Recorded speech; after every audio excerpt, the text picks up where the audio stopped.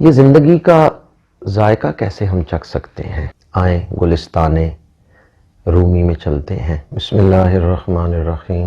یہ آپ نے اکثر سنا ہوگا، موت کا ذائقہ ہر کسی نے چکھنا ہے، اور یہ قرآن پاک کی آیہ مبارکہ ہے، کل نفس ذائقۃ الموت، ہر نفس کو موت کا ذائقہ چکھنا ہے۔ یہ تو سمجھ آ گئی، لیکن کیا کبھی آپ نے اس بات پر غور کیا ہے کہ موت کا ذائقہ تو ہر کوئی چکھے گا، لیکن زندگی کا ذائقہ کوئی کوئی چکھتا ہے۔ جس شخص نے زندگی گزاری لیکن زندگی کا ذائقہ نہیں چکھا، وہ چلتی پھرتی لاش۔ مصر کے مشہور شاعر احمد شوقی نے کہا تھا، الناس صنفان موتا فی حیاتہم وآخرون ببطن الارض الاحیاء۔ بعض لوگ زمین پہ چلتی پھرتی لاشیں ہیں، اور بعض لوگ قبر میں لیٹے ہیں اور زندہ ہیں۔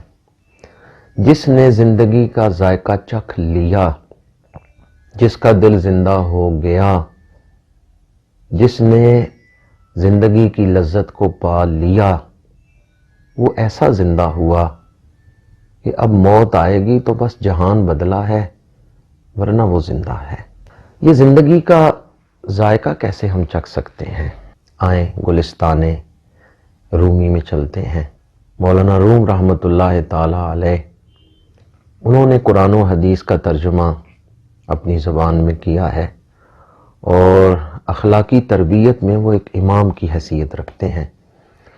وہ فرماتے ہیں کہ اگر کوئی 7 چیزوں کو اکٹھا کر لے اور انہیں ملا کے شربت بنا کے اپنی روح کو پلا دے، تو اسے زندگی کا حقیقی ذائقہ پتہ چل جائے گا۔ وہ 7 چیزیں کون سی ہیں؟ پہلی چیز، اپنے خالق کی پہچان۔ جس نے زندگی عطا کی ہے، اس کے ساتھ حقیقی قلبی تعلق کے بغیر آپ زندگی کا ذائقہ نہیں چکھ سکتے۔ تو سب سے پہلی چیز، اپنے خالق کو پہچانیں، اپنے مالک کو پہچانیں، اپنے رازق کو پہچانیں، اور اس کے ساتھ صرف ذہنی تعلق نہیں، قلبی تعلق قائم کریں۔ دوسری چیز، زندگی کو نعمت سمجھنا۔ آپ زندگی کو بوجھ سمجھتے ہیں، زندگی کو عذاب سمجھتے ہیں۔ زندگی تو اللہ کا تحفہ ہے۔ اگر آپ زندگی کو نعمت سمجھیں گے تو پھر آپ زندگی کا ذائقہ چکھ سکتے ہیں۔ تیسری چیز، اللہ کے محبوب سید الانبیاء صلی اللہ علیہ وآلہ وسلم سے غیر مشروط محبت، اور بے کراں محبت، بے پایاں محبت۔ جس دل میں حضور کی محبت نہیں ہے، وہ زندگی کا ذائقہ نہیں چکھ سکتا۔ بصرہ میں ایک بزرگ تھے، 72 سال عمر ہوئی۔ ایک شخص نے پوچھا، حضرت آپ کی عمر کتنی ہے؟ انہوں نے فرمایا 2 سال۔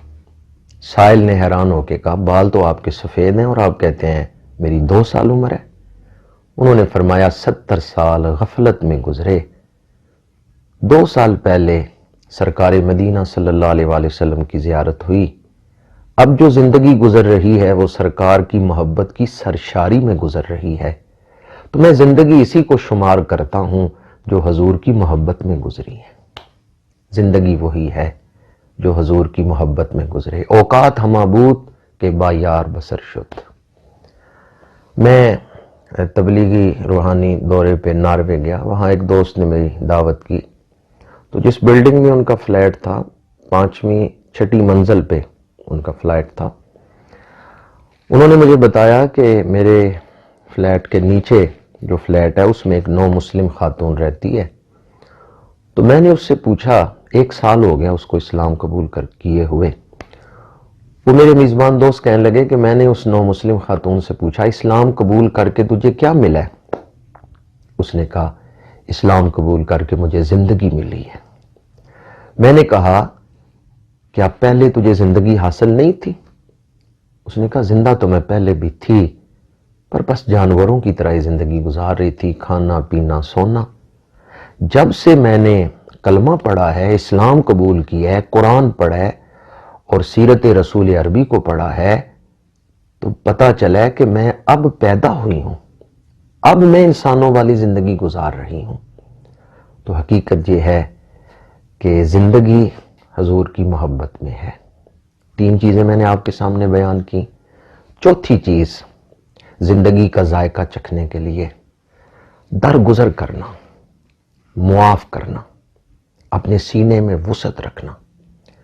اگر آپ ہر بات پہ گرفت کرتے ہیں اور معاف کرنے کا حوصلہ نہیں رکھتے تو زندگی کا حقیقی ذائقہ نہیں چکھ سکتے۔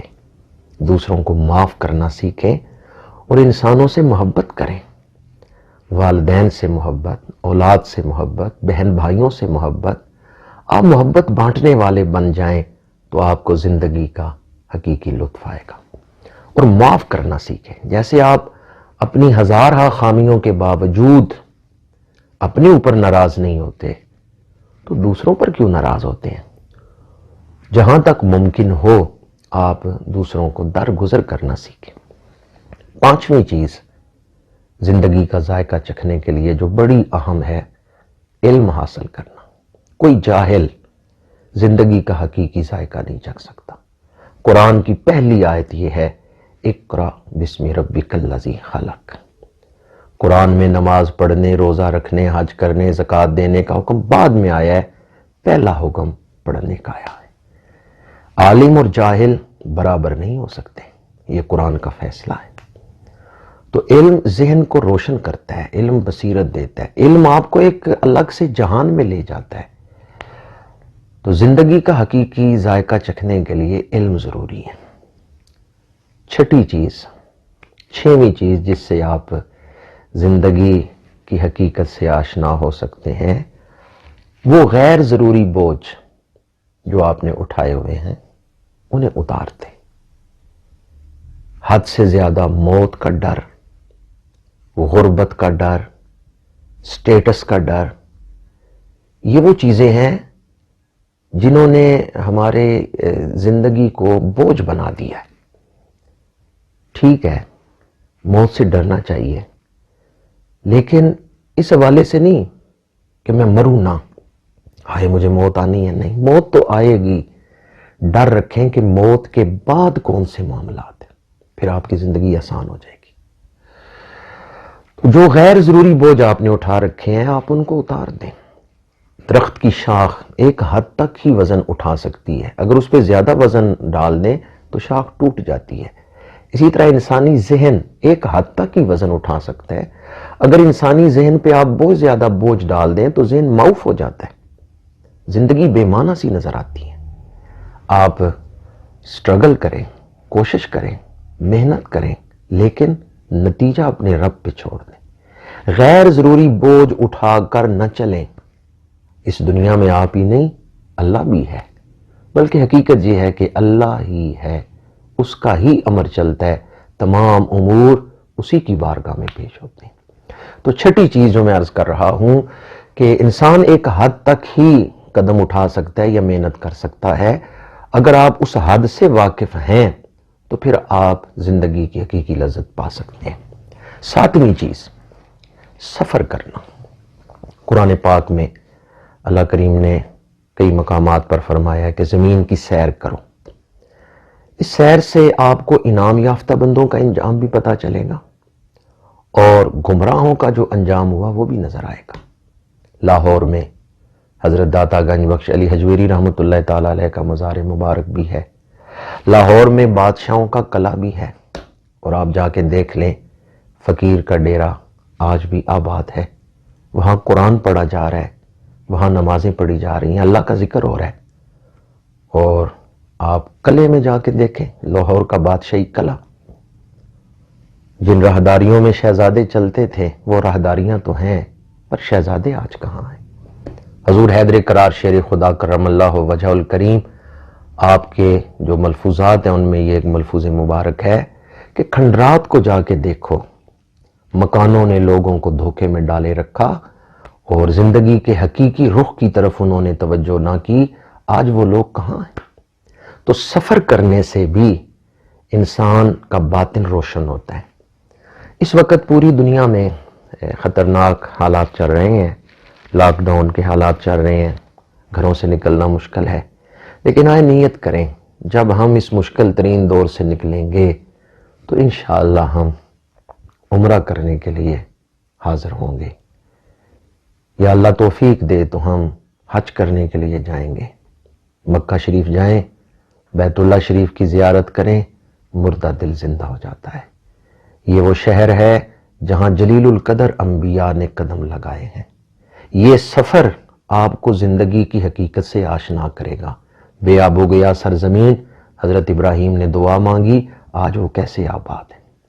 اور پھر مدینہ شریف حاضر ہوں، انتہائی ادب سے اور محبت سے دروازہ رسول پہ کھڑے ہو کے سلام پیش کریں تو آپ کو پتہ چلے گا زندگی کسے کہتے ہیں۔